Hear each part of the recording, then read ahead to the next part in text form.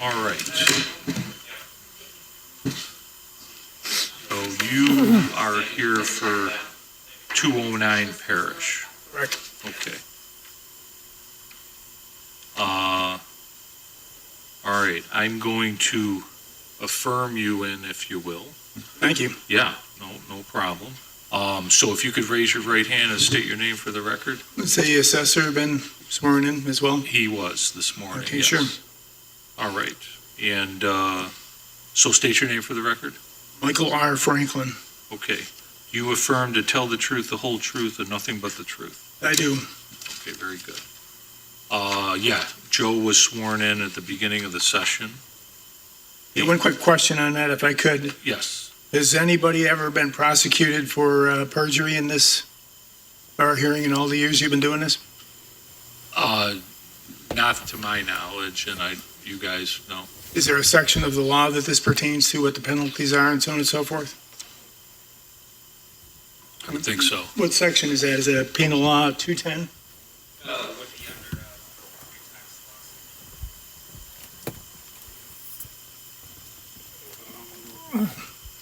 Just like to know what it is I'm getting myself involved in. Okay, no problem. Let me just read the property in. So we've got 209 Parish Lane. And what type of property is it? It's a one-family residence? Yes. All right. So let me just read some numbers in, and then I'll turn it over to you. Okay. All right, so we have a current tentative assessment of $99,000 with a land value of $16,900. That would equate to a market value of $158,400.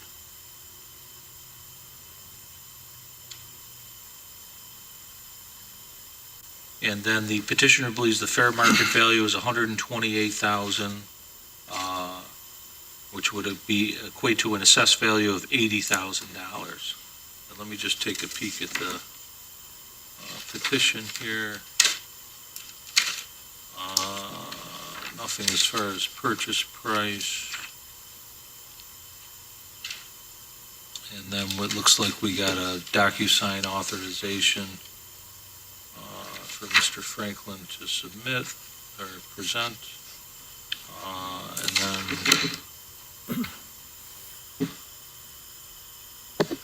not sure what this is, but it has to do with DocuSign. Just a DocuSign. Okay. So you're okay with DocuSign instead of people having to come down here? Yeah, I was going to say, I don't have any problem with it. Defer to the city, but DocuSign's fine, yeah, no problem. Okay, so I got the application, and I'll turn it over to you. I just, I wanted to submit this to you. Just preliminarily before I get started with this. That was a submission that Joe provided to this board at my last hearing. And as you can see, he testified that he obtained that information from public information.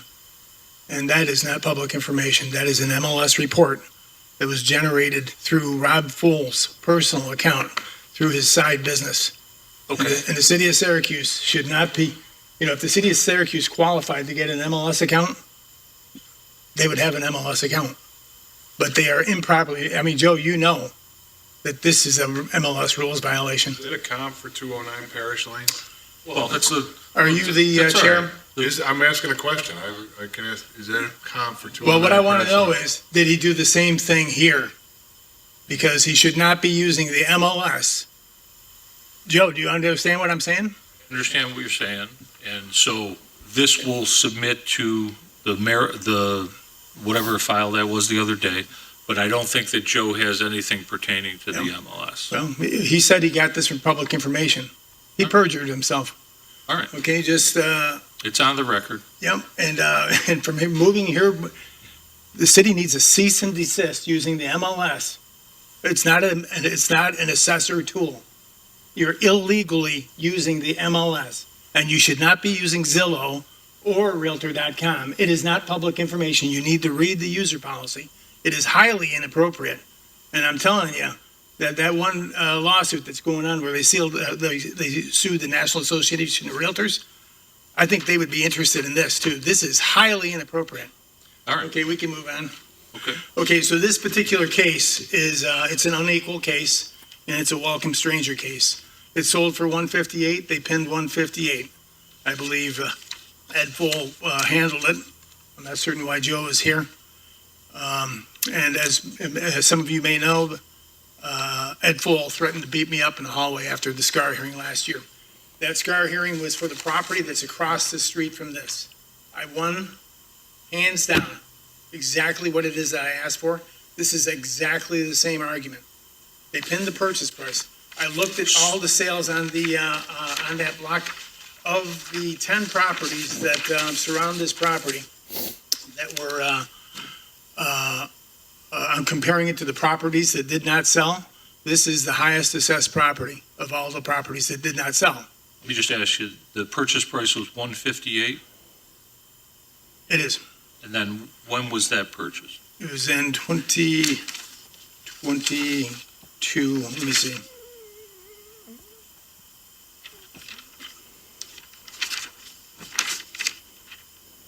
$2021, $156. 2021, it was $156. So they Just 'cause raised it to wasn't out yet. 158.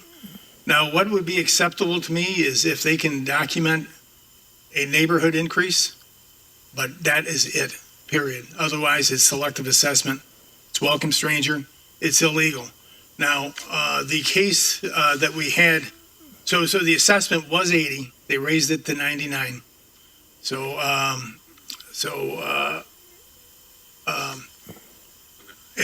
my argument last year is I'm okay with a uniform neighborhood increase, but you cannot pin the purchase price. It's illegal.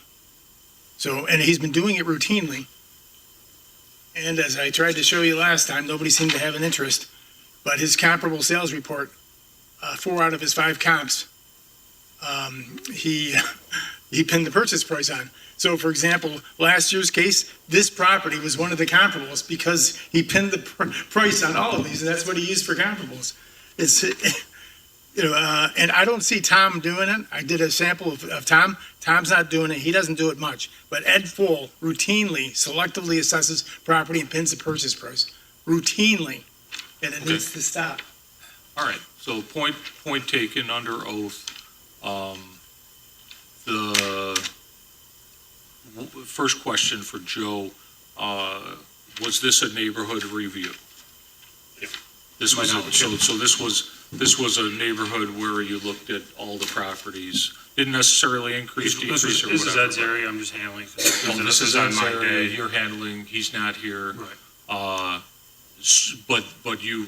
But everybody's been doing neighborhood So, reviews, yeah. if you will. To my knowledge, yeah. All right, so, all right. So did you have a percentage neighborhood increase?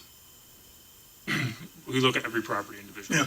Well, what I observed from last year's analysis, there was a article in the Syracuse newspaper where they did a graph and it had red dots. And so I analyzed all the red dots. Those are the ones that had increases. Just one block up, there was no increases at all for 10 blocks, nothing. And then on this street, there was some that were 5, there were some that were 10, some that were 20. Of course, the higher ones were the ones where they pinned the purchase price.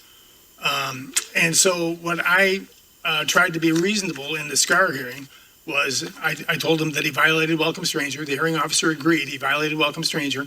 And I said, I'm okay with a increase. And I forget what the figure was, but it was like 7.5%. And the hearing officer thought that was reasonable. Ed made no argument counter to it, so that's what he gave me. So I'm okay with 7.5% or something to that effect. But you can't pin the purchase price.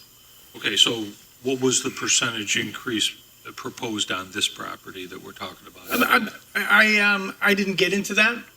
I didn't put it in my petition because I was going to wait for them to see if they had their own. If they had their own, then that's fine. If they did a neighborhood increase, that's fine. It's uniform. And so some reasonable percentage. Okay, because it looks like, what's the, okay, And Well, like I said, the last year's property is right across the street. And so that one was 80 as well. And so it ended up going to 85, like 762. I can look it up for you. And I would say that that would be fair. And that's what the hearing officer concluded. Let me see. It was, the SCAR hearing on the property across the street was ultimately a 7.5% increase? Yes, approximately. All right. It went from 80 to 85 and change. Let me see if I've got it on here.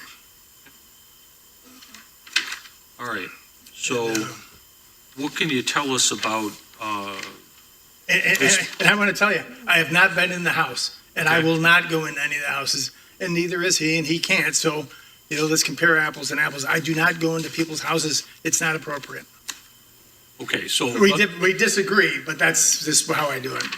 So, and that's fine. We definitely disagree because I don't know how you can come up with and we'll agree to disagree, but I don't know how you can come up with so basically when you're only working off of numbers then percentage wise, basically. Well, in other words, that discussion to me was irrelevant because of the argument that I was making. So it just wasn't relevant. All right, but see, the problem that arises is that how do you feel that you're qualified to represent a homeowner, right, when you don't know what's on the inside of the Well, house? I was qualified to establish that he was illegally using the purchase price and that the sale was not arm's length. So it was a double. Number one, you can't just use the purchase price. And You- that's your contention. Well, here, I'll read it for you. Opinion of council number 10. Well, I understand. No, I don't dispute the SCAR hearing. That was the They decision. can pin the but- purchase price, but they need to demonstrate how they bring the others in line, which they didn't do.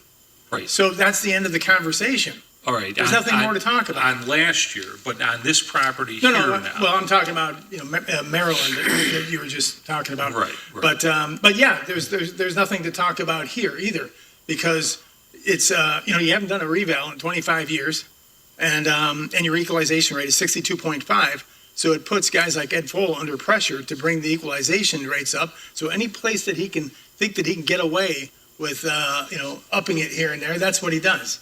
And that's his motivation for doing so.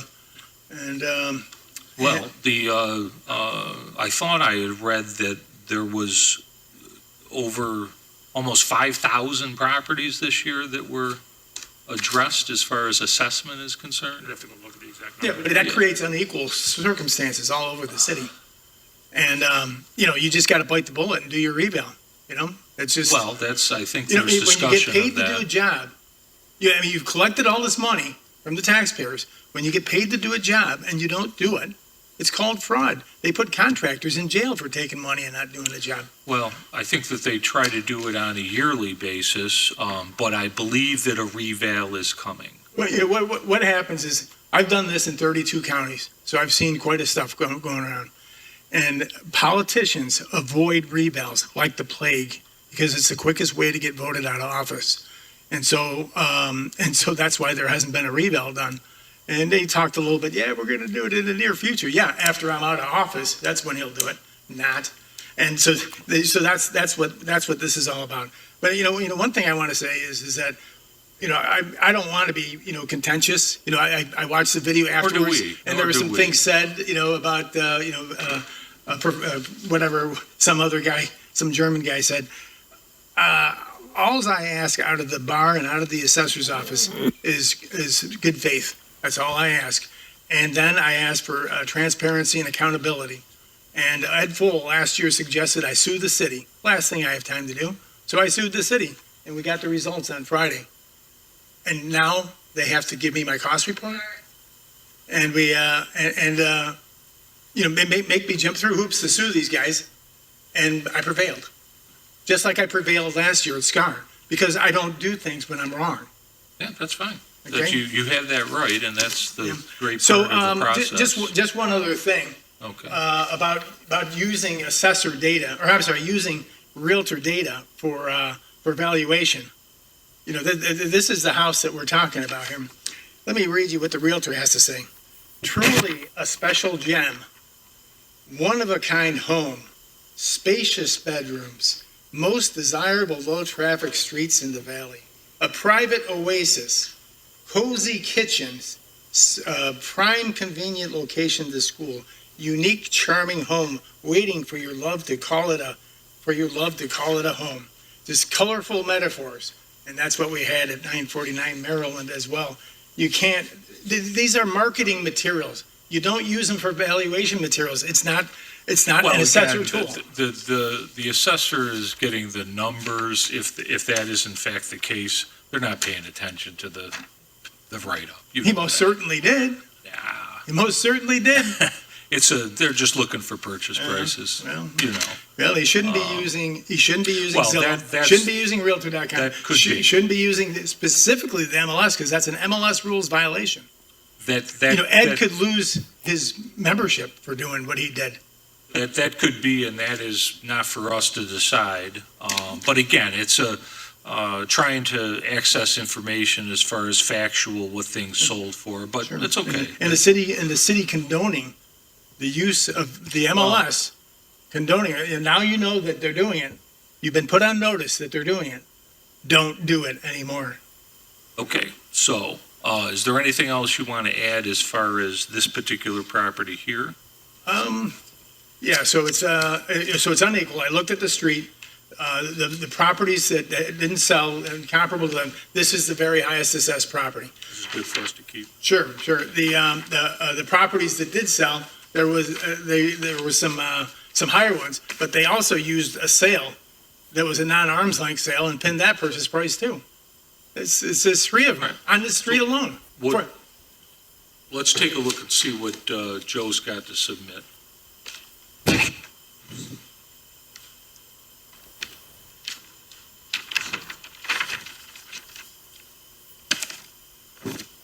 All right, so we got, of course, the subject property. Then we have 202 Parish Lane. We have 139 Spalding Ave. We have 195 Fisco Ave, 116 Edna Road, and 168 Oakley Drive. We can give a copy of this, is that correct? Yeah, I'd like a copy of that. Fisco, they pinned the purchase price on that one. Can you read the rest of those again? Yeah, I'm going to give you a copy also. There was two on Fisco, and they pinned the purchase price on those. Okay, I've only got one on here, 195, but we'll get a copy of this. That's good. And you know, when you say they pinned the purchase price, what does that mean? What Means when in other words, they looked up the something sale sold and they made that and- the assessment, but they didn't adjust their other properties that didn't sell. That's what creates unequal.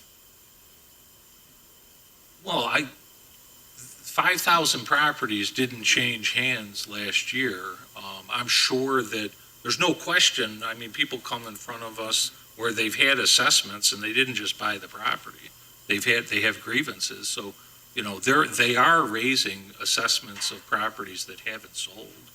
Yeah, well, like I said, the 10 that surround it are, this is the highest assessed amongst all of them. And that could be, so we got to take a look at it. Yeah. And, but you still have to abide by the law. Absolutely. He violated, he pinned the purchase price. It's illegal. Well, And, again, and the problem is it's kind of like FOIL.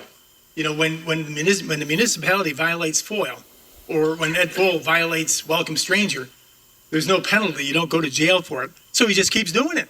But the law is the law. again, I think that's pretty tough to prove. Well, do you want us to read the decision? No, but what I'm saying. The hearing is that- officer established that he violated Welcome Stranger. Well, And these two guys were there. They were right in the hearing with us. Yeah. They knew Ed Full couldn't handle me one-on-one, so they brought two lawyers. What a waste of taxpayer money. well, it's standard procedure. You always have two lawyers in your SCAR hearings? I've never seen that before. I've had a couple of them show up. Well, Usually it's when they're trying to cover for Have you something. had a scar with the city other than the one that you just had No. last year? Well, That's the way they do it. Really?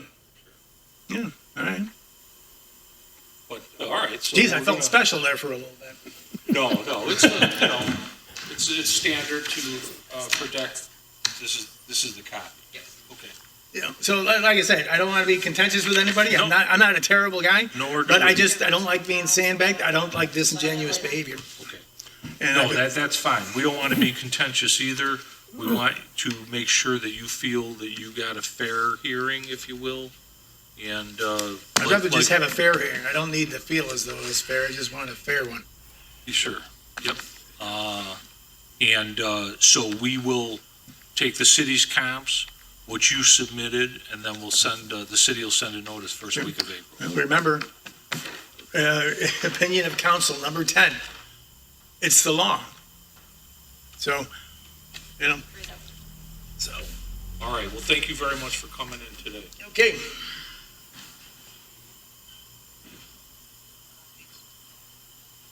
All right, and we've got, 3 that we gotta read in here. Michelle?